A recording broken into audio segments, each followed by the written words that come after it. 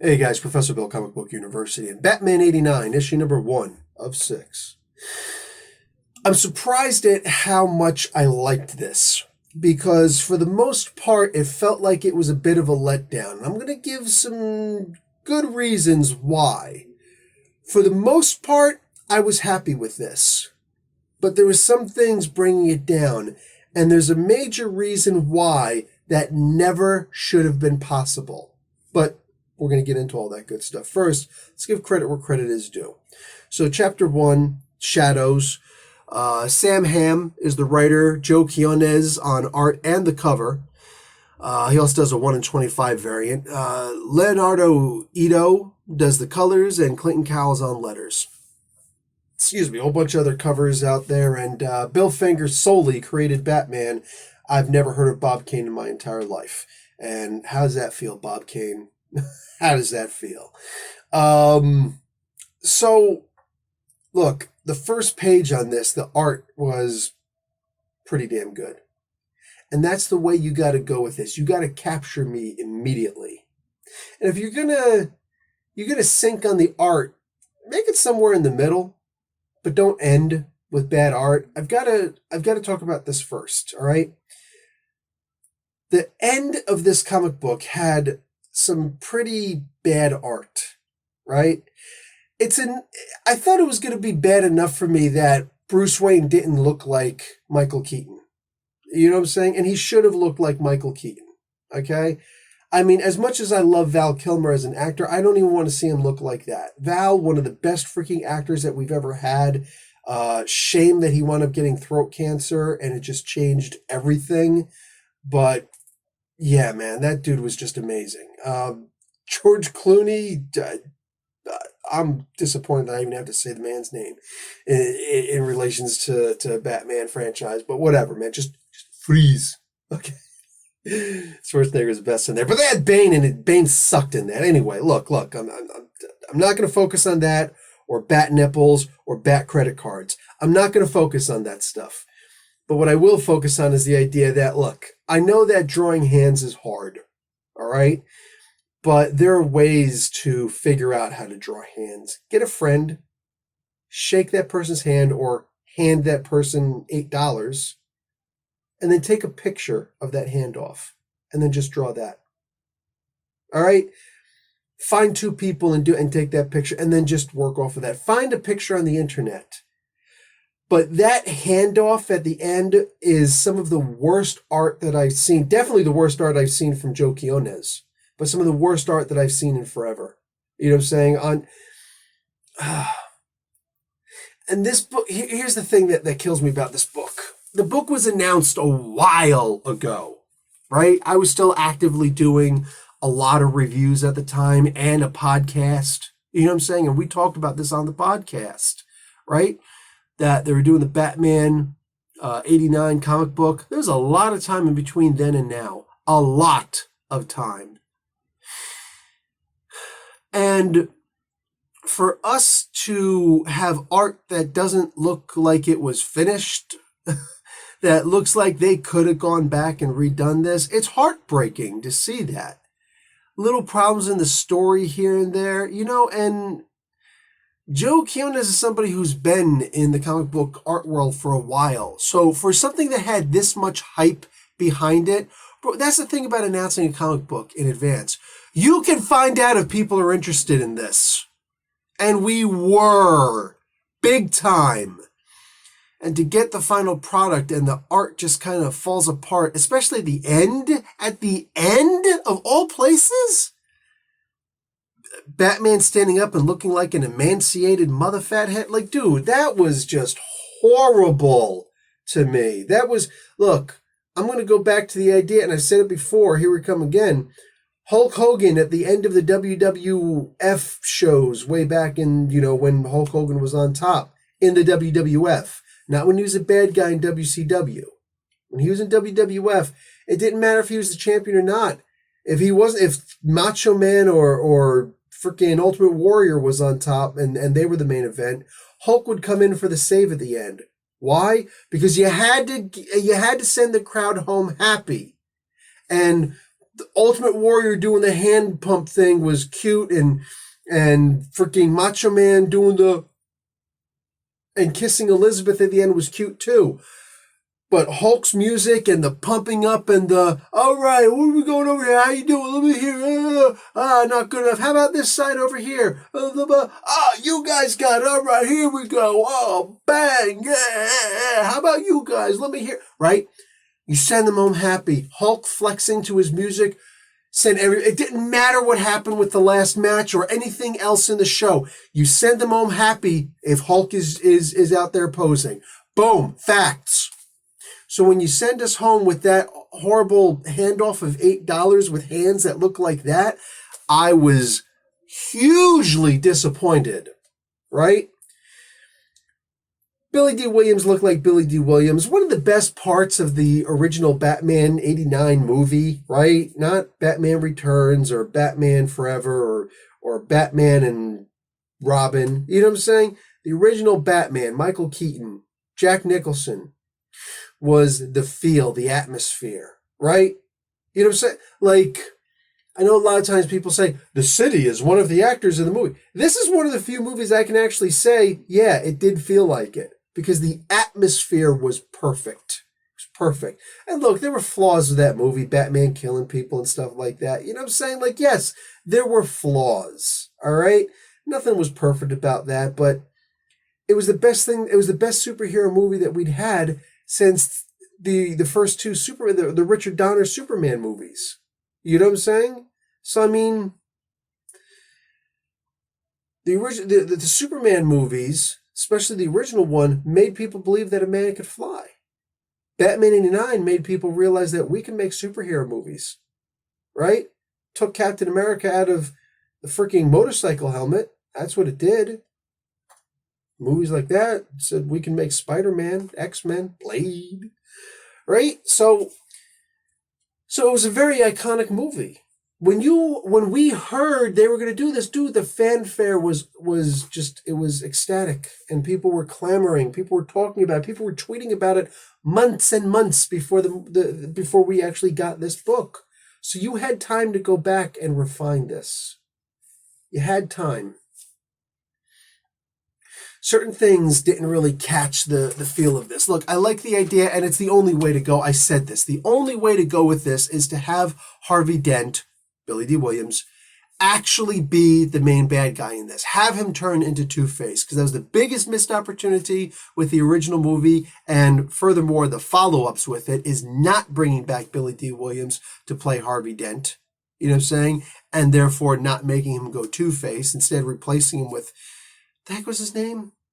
Good actor, but anyway, I can't remember his name. I know his name. It's right on the tip of my tongue. Anyway, that guy, you know? Look, those movies just got silly at the end. Way too campy, and it didn't work for most of us, you know? But in this particular thing, like, this should have been based off of, and all those movies could have happened, but, you know, differently somehow, because Bruce Wayne has some serious graying in the temples, so this could have been much later in the time. It didn't have to be just the first two Batman movies you read about, but they leave it open for our own interpretation. So if you want to say it was just the first two Batman movies, that's all it was. No neon lights ever happened. You know what I'm saying? We didn't have neon lights. We could have had neon nights.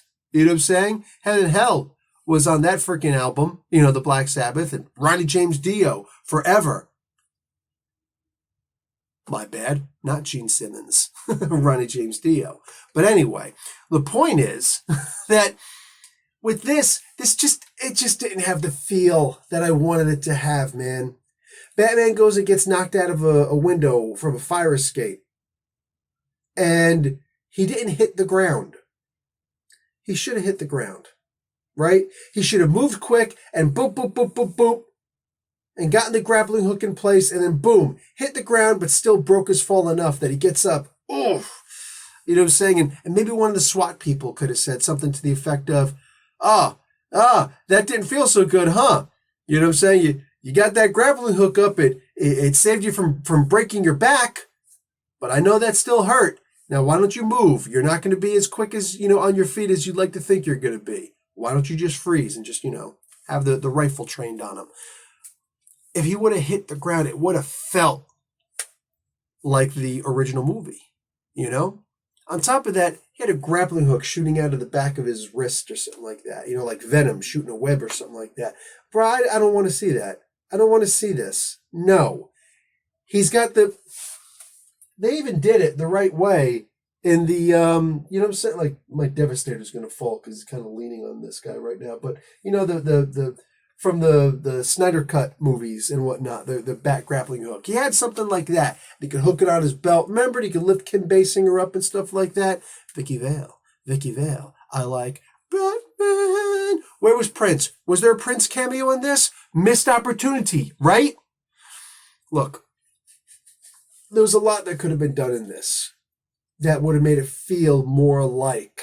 And the first page was really the only thing that actually made me feel like this was. So therefore, again, Joe Quinones, we know that he could do good art. Look at that first page. It just progressively got worse. But there was a lot that, I mean, bro, you knew that this was coming out. You knew for a while this was getting some fanfare and that people were talking about this and we were really looking forward to this. You know what I'm saying? I mean, come on. So to get this, and this was all that we got, I'm happy they're doing something with Harvey Dent because it's really like, if they would have went any other way, if freaking Calendar Man or Kite Man would have showed up in this, Kite Man would have been kind of cool. But I would have just been pissed. I'd have been like, dude, what's the matter with your freaking brain? Are you stupid that you're not going to use Billy D. Williams, Harvey Dent on this? Come on. You know? So they did, and yay. But it's they have Janice in the background, which I'm digging that. You know what I'm saying? Little things like that. I want to see little things like that. The big giant penny they had in here, which, great, you know? But just certain things like the feel just wasn't there. Bro, what happens when you shoot Michael Keaton Batman? He falls down and he goes unconscious for a couple of seconds. Here, he gets shot up with machine guns and he's getting hit. And he's just like, oh, struck a pose, bat dance. You know? That's not Batman 89. I feel like the dude could have at least watched the movie before he went and started writing this. Am I wrong? Am I wrong? This didn't feel like 89 Batman. If they would have just had it on the cover, I'd have been like, oh, this is another one of those kind of inspired by, like, White Knight. You know what I'm saying? Remember Batman White Knight? It was heavily inspired by that. But it's not actually that. Yeah. This was unfortunately, was mostly disappointing because there were so many missed opportunities that a fan of that movie would not have missed. That I believe every single one of us could look at. And that's not even like my favorite movie or something like that. It's just one of those things I recognize the historic value of it. I didn't even go back and rewatch. I haven't seen that movie in years. But certain things happen in this. I'm just like, no. Should have been this instead of that. Right? Falling down when you get shot. Hitting the ground. No grappling hook from the back. You know what I'm saying? Like, it should have been the device, the little gun thing, and the smoke, the poof coming out. You know? Things like that. That's what I wanted to see. I think that's what most of us wanted to see. When they said 89 Batman, I was hoping for more than just the motif. Too many missed opportunities in this. I'm going to check out the next issue. I'm going to see if it's any good. I doubt I'll be reporting on it unless it's something fantastic. Maybe with issue 6, if I can even stomach reading them all, I might do a follow-up on this. But just, for me, this first issue, this did not do it for me. And for all of the reasons why I stated. I mean, if you're my age, I mean, you know, like I said, I've seen this movie in the drive-in movie theater. It was the last movie I'd seen in the drive-in movie theater. This movie had memories. I was 14 years old. I went with my friends. We made a date out of it. Like, it was a night, you know what I'm saying? But like, there was a day about this. We got together. We were reading the comic books and whatnot. You know what I'm saying? And just went out and just bang. Saw this movie, hanging out on the lawn, all of us, my mom went, your mom went, right? We all went and we all just like, hey, let's all go in together, okay? We came in and we hung out. And it was great. Sitting on that lawn, watching this, having that stupid box with the wire that was never long enough, sitting next to it from two different, right? And just watching this movie. Saying, oh, shoot, you were actually able to get the little, I don't remember if we had the little radio or not. You could turn on your car radio or whatever and tune into the station also. Bro, this movie had too much going for it. And for you to turn around and you just get the general atmosphere, and you had this long. Maybe the Rona had something to do with how long it took for it to get to us. But you take a lemon and you make lemonade out of it. It's like, oh, it's taking us extra long. We can go back and we can fix some things. Why? Because you knew the fan feedback. You heard the buzz. You talked about it and we responded. We were all chattering back and forth. Yo, they're going to redo this. Oh! And you just took the general feel of the movie. You have failed miserably. Bro, I'm a fan, not a fanboy. You can't feed me Batman. You can't feed me garbage in the shape of a Batman popsicle or something like that. And I'm just going to be like, it's Batman. It's got to be good. It's the best garbage I've ever had. That's not me. That's not who I am. I'm going to be critical. That's one of the reasons why I do reviews. I'm not here to fanboy at anything that you do, anything that you hand us, any old stuff that you give us. And I'm not saying this was garbage, so that was probably a bad analogy to make, a bad comparison to use. But what I'm saying is you can't hand me something. This is, This is like finding those Chinese toys, right? Found them all the time in Saudi Arabia, and you find them in the little cheap areas of the freaking flea markets and the strip malls, where they have the old toys, you know what I'm saying? And they got the import plastic toys from freaking China or Taiwan and all these places. And it's look, here's the Justice League. And why is Spider-Man and the Hulk on the Justice League? What's going on here, right? And how come none of them look different? Not really. And how come Spider-Man has a cape? What's going on? Right? Saying Superman doesn't have a cape. What's going on? These cheap knockoffs. You can't tell me it's something and then give me garbage. I took a picture and I lost it. But I remember I was in Saudi. Where was I? I was in Jeddah someplace in Saudi Arabia, so the West Coast. And I saw a Smurfs thing. It was a Smurfs... It was a shotgun that shot the little, the suction cup things, the red suction cup bullets, right? But it was a Smurfs shotgun. And I'm like, you just plant the freaking licensed image that you don't own on any old thing. A Smurfs shotgun. This is what I'm talking about. This is basically a Smurfs shotgun. Right? You can't just slap a label on something and then say, here you go, here's 89 Batman, because this wasn't. There were some good things on here.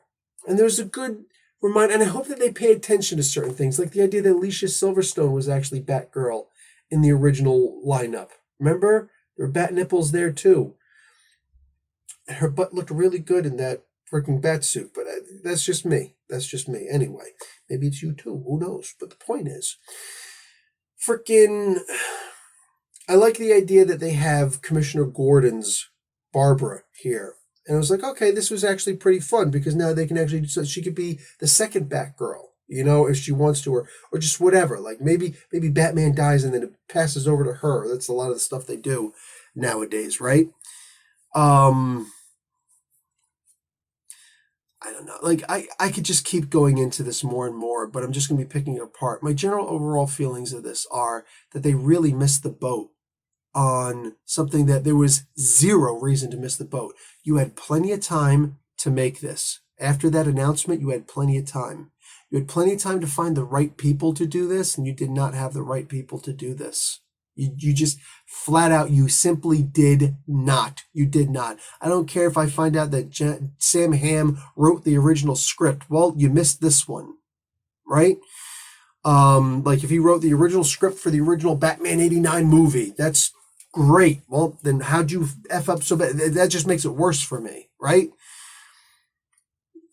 You didn't have the feel. You did not really capture the flavor of Batman, or for the most part, any of the characters on here. You simply didn't, right?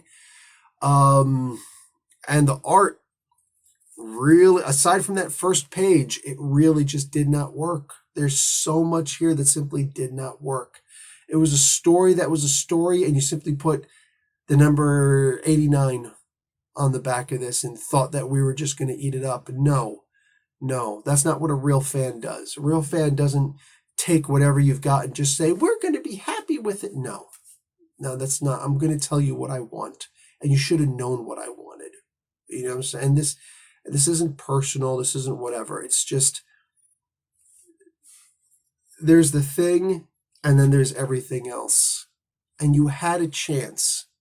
You had plenty of time to go back and rework this, to listen to what we were saying we wanted to hear. But this is the problem with corporations. They don't hear stuff like that. They don't hear it. Instead, they got this idea amongst themselves, and they don't listen to the people they're actually trying to sell the product to. They just hear from their higher ups. And that's the problem. That's the problem. When you do this like it's a job, you're going to be listening to the higher ups. When you do this like someone who's trying to actually do something amazing, you're going to be listening to the people below. You had a choice. You had a decision to make, and you chose the wrong path. It is what it is. This book was not Batman 89. I don't care what you type on the front of it. It is what it is.